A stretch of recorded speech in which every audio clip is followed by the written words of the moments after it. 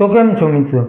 તો મિત્રો 19 ડિસેમ્બરથી 23 ડિસેમ્બરની વચ્ચે જે આઈપીઓની લાઈનો છે તેમાંથી એક આઈપીઓ છે ડેમ કેપિટલ એડવાઇઝર્સનો આઈપીઓ. આપણે આજના આ વિડીયોમાં આઈપીઓનો રિવ્યૂ કરશું જે આઈપીઓ 19 ડિસેમ્બરથી 23 ડિસેમ્બરની વચ્ચે ઓપન રહેશે અને જાણશું કે આઈપીઓમાં એપ્લાય કરવું કે નહીં, અને કરવું તો લિસ્ટિંગ ગેઇન માટે કરવું કે પછી લોંગ ટર્મ માટે કરવું. તો સૌથી પહેલાં મિત્રો આપણે આઈપીઓની જીએમપી જોશું, તેનાથી થોડા ઘણો લિસ્ટિંગ ગેઇનનો અંદાજો આવે. ત્યાર પછી મિત્રો આપણે કંપનીની ડિટેલ જોશું, તેનાથી ખબર પડે કે કંપની શું કામ કરે છે, કયા સેક્ટરમાં કામ કરે છે. ત્યાર પછી આપણે આના ફાઇનાન્શિયલ અને ફંડામેન્ટલ જોશું, તેનાથી ખબર પડે કે કંપની પ્રોફિટ કરે છે કે પછી લોસમાં છે અને કંપની વેલ્યુએશન કેવી લઈને આવી છે. ત્યાર પછી મિત્રો આઈપીઓની ડિટેલ જોશું અને લાસ્ટમાં જોશું કે આઈપીઓમાં એપ્લાય કરવું કે નહીં. તો ચાલો મિત્રો વિડીયોને શરૂ કરીએ. તો મિત્રો સૌથી પહેલાં જીએમપી અત્યારે 45% આસપાસ ચાલે છે, લગભગ 130 રૂપિયા પર શેર જેવી. બાકી જીએમપી માત્ર અંદાજો હોય છે. પછી મિત્રો કંપનીની ડિટેલ જોઈએ કે કંપની શું કામ કરે છે. તો કંપની સરળ ભાષામાં કહું તો એક ઇન્વેસ્ટમેન્ટ બેંક છે, એટલે કે ઇન્વેસ્ટમેન્ટ રિલેટેડ, પછી શેર બજારને રિલેટેડ હોય કે પછી આઈપીઓને રિલેટેડ હોય તે કામ કરે છે કંપની. પછી આની અંદર મોટા મોટા ટ્રાન્ઝેક્શન હોય છે, કોઈ રાઇટ ઇસ્યુ આવતા હોય કે પછી ડીમર્જર થતું હોય કે મર્જર કરવાનું હોય, આને રિલેટેડ જે પણ પ્રોસેસ બધી હોય એ પણ કંપની કરીને આપે છે. આમાં જે બધા મોટા મોટા ટ્રાન્ઝેક્શનો હોય ત્યાર પછી કંપની ફાઇનાન્શિયલ એડવાઇઝર પણ કરે છે. ત્યાર પછી આ મોટા મોટા ઇન્સ્ટિટ્યૂટ હોય તેમાં કંપની એઝ એ બ્રોકર પણ કામ કરે છે. આ કંપનીએ ટોટલ 72 જેટલા ટ્રાન્ઝેક્શન અત્યાર સુધીમાં સક્સેસફુલી એક્ઝિક્યુટ કરી ચૂકી છે. તેમાંથી 27 આઈપીઓ છે.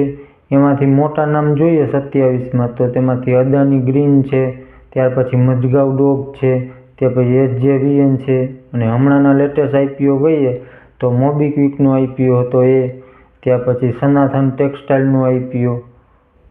આ બધા આઈપીઓને સક્સેસફુલી કંપની એક્ઝિક્યુટ કરી ચૂકી છે. 16 QIP, 6 OFS, 4 right issue, 8 buyback, તેના સિવાય પણ ઘણી બધી વસ્તુ હોય છે શેર બજારમાં, તે આ કંપની કરે છે. પછી મિત્રો પહેલાં આ કંપનીનું નામ આઈડીએફસી સિક્યુરિટીઝ હતું. પછી 2019માં આઈડીએફસીમાંથી ધર્મેશ અનિલ મહેતાએ આને એક્વાયર કરી લીધી, એટલે પછી 2020માં આનું રીબ્રાન્ડિંગ કરવામાં આવ્યું અને ધર્મેશ અનિલ મહેતાનું ડીએએમ કેપિટલ એડવાઇઝર કરવામાં આવ્યું.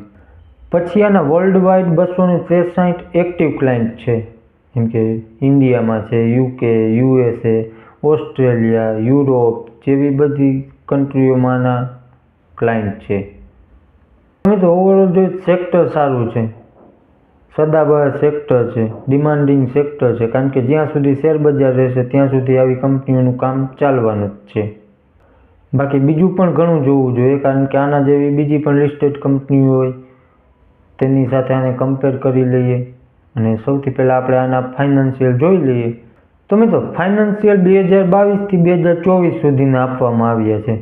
તો તેમાં એસેટની વાત કરીએ તો 166 કરોડથી 214 કરોડ સુધી પહોંચ્યા છે એસેટ.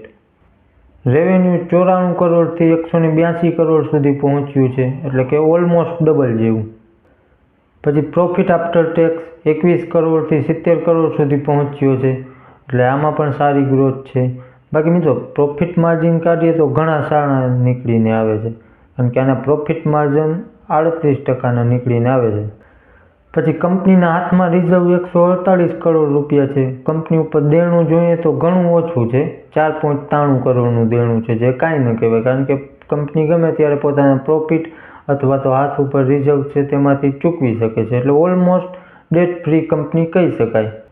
બાકી આરઓઈ 54% જેવી છે, આરઓસી 45%ની આસપાસ છે, એ પણ ઘણું સારું છે. પછી આની વેલ્યુએશન જોઈએ આની કંપનીઓ પ્રમાણે, તો કંપનીએ 2024ની અંદર 182 કરોડ રૂપિયાનું રેવન્યુ જનરેટ કર્યું છે.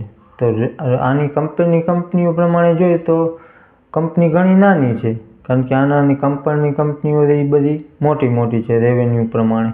જેમ કે મોતીલાલ ઓસવાલ છે, આઈસીઆઈસીઆઈ છે, આ બધી આનાથી મોટી કંપનીઓ છે અને 5 થી 7 હજાર કરોડ રૂપિયાનું રેવન્યુ જનરેટ કરે છે. તો મિત્રો આનો પી જોઈએ, પ્રાઇસ ટુ અર્નિંગ, તો પ્રાઇસ ટુ અર્નિંગ આનો 28નો નીકળીને આવે છે. તો આની કમ્પેરની કંપનીઓ જોઈએ તો તેનો 0.62 થી હાઈએસ્ટ 16 સુધીનો છે, જેમ કે મોતીલાલ ઓસ્વાલ હોય, ICICI ડાયરેક્ટ હોય, તે બધાનું. તો પી પ્રમાણે જોઈએ તો આ બીજી કંપનીઓ કરતાં ઘણી મોંઘી વેલ્યુએશન લઈને આવ્યું છે. બાકી કંપનીઓ કરતાં ઘણી નાની કંપની છે આ બીજી કંપનીઓ કરતાં. પછી પ્રાઇસ ટુ બુક પ્રમાણે જોઈએ તો આનો પ્રાઇસ ટુ બુક 12.76નો છે અને બીજી આની કમ્પેરની કંપનીઓનો જોઈએ તો 0.62 થી 6.66 સુધીનો પ્રાઇસ ટુ બુક છે. તો પ્રાઇસ ટુ બુક પ્રમાણે પણ ઘણી મોંઘી દેખાય છે કંપની. આ છે પહેલું નેગેટિવ આની અંદર. બાકી ફાઇનાન્શિયલી કંપની સ્ટ્રોંગ છે, ROE ROC પણ સારા છે, પણ વેલ્યુએશન થોડીક મોંઘી દેખાય છે. પછી મિત્રો આઈપીઓની ડિટેલ જોઈએ તો આઈપીઓ 19 ડિસેમ્બરથી 23 ડિસેમ્બરની વચ્ચે આઈપીઓ ઓપન રહેશે. ફેસ વેલ્યુ ₹2 પર શેર રાખવામાં આવી છે. પ્રાઇસ બેન્ડની વાત કરીએ તો ₹269 થી ₹283 વચ્ચે પ્રાઇસ બેન્ડ રાખવામાં આવ્યું છે અને 53 શેરનો એક લોટ છે. ટોટલ 840 કરોડની ઇસ્યુ સાઇઝ છે અને પૂરેપૂરો OFS છે, એટલે કે પ્રમોટર અથવા ઇન્વેસ્ટર પોતાની હિસ્સેદારી વેચી રહ્યા છે. અત્યારે પ્રમોટરની હોલ્ડિંગ જોઈએ તો 45%ની આસપાસ છે, જે આઈપીઓ પછી થોડીક ઓછી થઈ જશે. તો આ એક થોડુંક મને નેગેટિવ લાગ્યું, કારણ કે મિનિમમ પ્રમોટરની હોલ્ડિંગ 51% અથવા તેનાથી વધારે હોય તો સારું કહેવાય. રિટેલ પોર્શન છે 35%નું અને લિસ્ટિંગ ડેટ છે 27 ડિસેમ્બર. તો મિત્રો આ થઈ ગઈ પૂરા આઈપીઓની ડિટેલ. હવે આવે સૌથી મેઇન સવાલ કે આઈપીઓમાં એપ્લાય કરવું કે નહીં, અને કરવું તો લિસ્ટિંગ ગેઇન માટે કરવું કે પછી લોંગ ટર્મ માટે કરવું. તો મિત્રો હું બધું જ તમને જણાવીશ, બધું જ આ વિડીયોમાં ક્લિયર કરીશ, પણ ડિસિઝન તમારે તમારું રિસ્ક અને તમારું એનાલિસિસ લગાવીને જ લેવાનું છે, કારણ કે આ વિડીયો માત્ર એજ્યુકેશન પર્પસ માટે છે. હું કોઈ બાય સેલની રિકમેન્ડેશન નથી આપતો. તો મિત્રો સૌથી પહેલાં લિસ્ટિંગ ગેઇન પ્રમાણે જોઈ લેવું. તો પહેલું છે GMP. તો કે GMP અત્યારે સારી ચાલે છે, ગ્રે માર્કેટમાં ડિમાન્ડ સારી છે. બાકી GMP માત્ર અંદાજ હોય છે. ત્યાર પછી છે વેલ્યુએશન. તો વેલ્યુએશન બીજી કંપનીઓ કરતાં મોંઘી દેખાય છે વેલ્યુએશન. ત્યાર પછી થર્ડ છે એન્કર લિસ્ટ. તો હજી તે આવવાની બાકી છે. ત્યાર પછી સબસ્ક્રિપ્શન, તો પણ એ પણ હજી ચાલુ થયા નથી. તો મિત્રો ઓવરઓલ હજી સબસ્ક્રિપ્શન અને એન્કર લિસ્ટની રાહ જોવી જોઈએ, કેવો માર્કેટમાં રિસ્પોન્સ મળે છે, માર્કેટના સેન્ટિમેન્ટ કેવા છે, આ બધું જોઈને આપણે ડિસિઝન લેવું જોઈએ. બાકી નકરી GMP જોઈને ઉતાવળ ન કરવી જોઈએ એપ્લાય કરવા માટે. પછી મિત્રો લોંગ ટર્મ પ્રમાણે આપણે પોઝિટિવ અને નેગેટિવ બંને જોઈ લઈએ. તો સૌથી પહેલાં પોઝિટિવ, તો કે સેક્ટર સારું છે, ડિમાન્ડિંગ સેક્ટર છે, કારણ કે જ્યાં સુધી શેર બજાર છે ત્યાં સુધી આવી કંપની ચાલવાની જ છે. તો ઓવરઓલ જોઈએ તો ફાઇનાન્શિયલી પણ કંપની સ્ટ્રોંગ છે, પ્રોફિટ માર્જિન પણ સારા છે, ઓલમોસ્ટ ડેટ ફ્રી કંપની છે. બાકી મિત્રો નેગેટિવમાં માત્ર એક વેલ્યુએશન થોડીક મોંઘી છે. બાકી ખાસ એવું કંઈ નેગેટિવ દેખાતું નથી મને. તમને કાંઈ એવું લાગતું હોય તો આપણે કોમેન્ટમાં જણાવજો. બાકી ઓવરઓલ જોઈએ તો કંપની સારી દેખાય છે. તો મિત્રો આ હતી આજની અપડેટ. વિડીયો સારો લાગ્યો હોય, કાંઈ જાણકારી મળી હોય, તમને કાંઈ મદદરૂપ થયું હોય આ વિડીયોમાંથી, તો આપણે કોમેન્ટ કરી જણાવજો. બાકી મળશું નેક્સ્ટ વિડીયોમાં. ચેનલમાં નવા હોય તો સબસ્ક્રાઈબ કરવાનું ભૂલતા નહીં.